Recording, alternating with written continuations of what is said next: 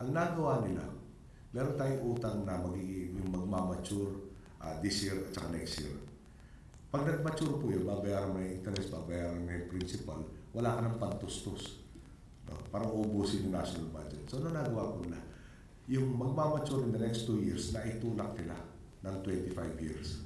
May umutang ulit, binayaran yung dati utang, tapos may tulak mo ng 25 years. So, hindi kasi bigat yung mababawas sa budget. Pero pinakamaganda nun, nabawasan pa na yung interest na babayaran. So, itong first quarter natin, grabe yung surplus, grabe yung reduction sa interest payment, mga 23 billion. 23 billion pesos na bawas po sa interest na kailangan natin bayaran. Dagdag na naman kakayahan may magawa ng gobyerno. Okay. So ano po talagang pinakabuod ng mensahe ko sa inyo? Hindi pa ho tapos ang boxing. Siyempre pinagdaanan natin sitwasyon na maraming o may mga taong nakinabang. Nakawawa, nakakarami, pero meron mga nakinabang. Yung mga sa mga Chino ho kasi meron sila expression na do not mess with the rice bowl. Huwag mong pasukan yung pinagkakahanap buhayan ng isang tao. So yung mga sobra-sobra ho, no, na talaga namang mali ang ginawa sa atin. Yung mga nag-isip ng port na 50 million lang, na papatuwa mo ng 100. No? Sila lahat to, siyempre, pwede ba tayong bumalik sa dati? Pwede ba may makibabaw ulit na makuha namin ulit lahat to? Yun po ang kinakalaban natin ngayon. No? Nag-file na po tayo ng maraming kasos sa tax evasion. Susunod na po yung sa corruption. Nakakatagumpay na po natin mabago yung ombudsman natin. Naasahan natin uusad na yung mga kaso. Ano po yung mga kaso kasi sa atin? 6 years bago madesisyonan. Pag minalas ka, hinarasan na po ang naglilitis. No, ibig sabihin, 20 years, 25 years na hindi pa tapos yung kaso. So, endpoint po nito, paano ba tayo magtatagumpay? Simple lang naman eh. Ako, wala akong plano tumakbong presidente. Alam po niya. Akala ko makakampanya lang ako next year para sa mga kasama po natin. Biglang tayo hindi naman tao, maging tagapagmana ng lahat ng iniwan sa akin ng profesor ako sa Ateneo. Okay. At sa totoo lang po, kala lang marami na kami nahanap, hindi pa tapos yung listahan. Pero may kumpiyansa kami na magbabago ang Pilipinas at nababago na natin. At kung anong kailangan gawin para baguhin yung lipunan, bakit kami may kumpiyansa? Bakit kami nakakasigurado mangyayari ito? Dahil paniwala po namin yung taong bayan nasa likod namin. Pagpunta tayo sa Kongreso, haharangin na tayo. Sasabihin ko lang, bahala ka kung harangin mo to. Pero pag ako nag-report sa taong bayan, tinanong bakit hindi pa nadagdagan yung mga natalaga sa ating PhilHealth. Sabi ko, ayaw ko suportahan ng Kongreso. Ay di kayo sumagot sa kanila. Pag ginawa natin na sumisigaw ang taong bayan ng hustisya, no, hindi tayo nakipagkasunduan na rin sa mga kalaban natin.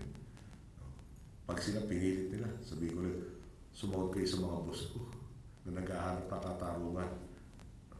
Yung maliwanag po sa amin, meron ako natitirang 5 taon at 1 buwan.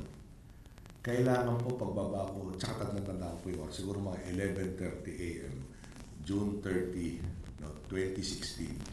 No, dapat to, bago ako bumaba ng entablado sa Quirino Grandstand, masasabi ko, hindi pa, sobrang laki ng pinagbago ng bansa natin.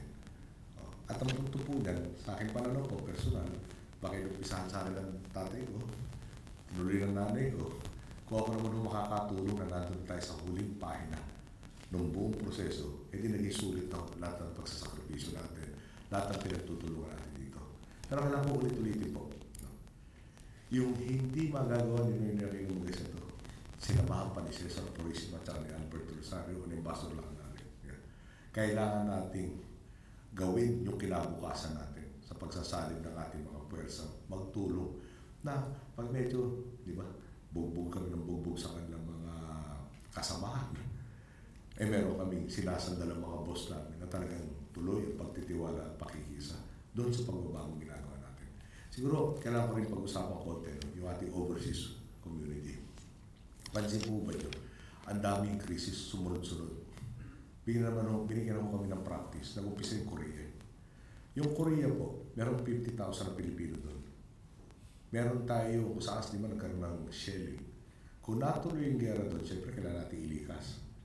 Alam ba nyo ang panlikas natin sa kanila? Iisang aeroplano, C-130, 100 ng pasahero kada biyahe. 4 na oras ang biyahe papunta, 4 na oras ang biyahe pabalik. Okay. Bahala na kayo mag-divide ng 50,000 divided by 100. Okay. Meron nyo tayong isang barko. Kaya naman nun 1,000. Yun ang good news. Yung bad news, 10 days papunta, 10 days pabalik. Okay. 15,000 pa doon sa 50,000, nandun sa taas ng Sul. Mas malapit sa demilitarized zone.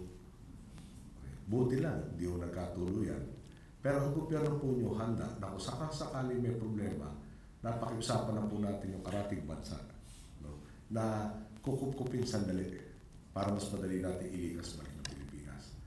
Dito po sana, siyempre, minsan nasasabi sa media, gobyerno kumikilos, sumakay, etc. Sa totoo lang po, awang-awa na rin ako sa DOLE, sa DFA. Nangyari yung sa Libya.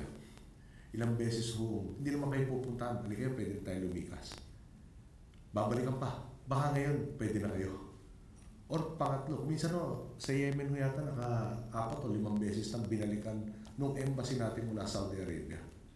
At sasabihin, teka muna, hindi pa kami nasusweldohan eh.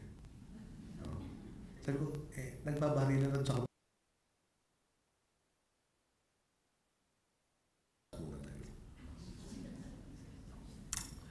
sa probinsya ko namin tawag namin, yung tubig lang to eh. Pero pag nagiinom at sila pinainom ka, lalabas ko ako ito, inom tayo na stainless. Basta ko po lang pa isang lalo na ako kami siyempre. Anyway, ang importante lang ano, embassy natin ilang bang personnel?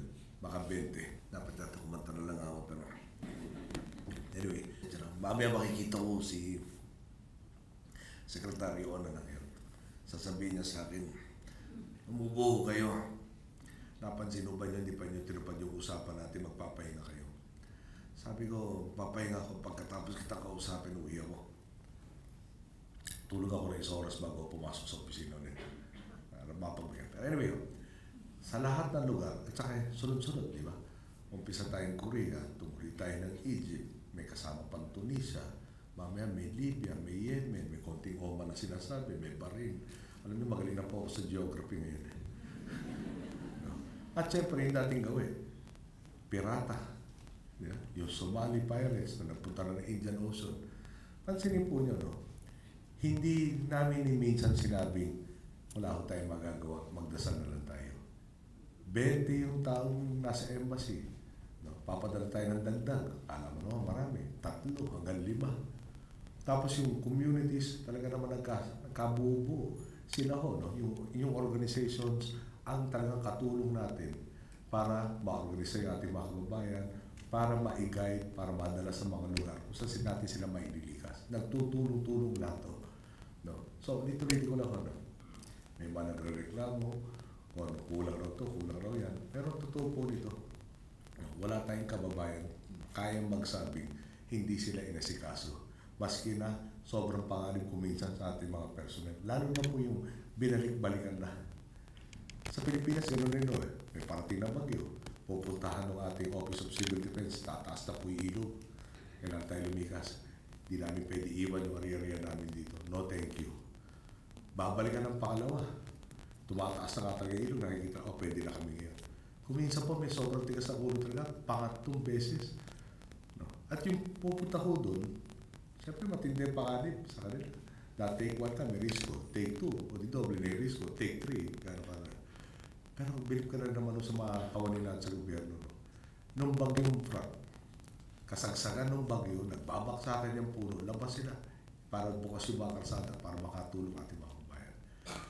Anyway, marami pa akong good news. So na ko na lang siguro sasabihin. Bottom line, may kumpiyansa ng bago ulit sa atin, ating mga kababayan. Kinikilala na tayo sa labas ng Pilipinas na pwedeng makipagtrabaho sa atin, pwedeng mag-invest sa atin. Lumaki po ang ekonomiya natin last year by 7.6% sa gross domestic product.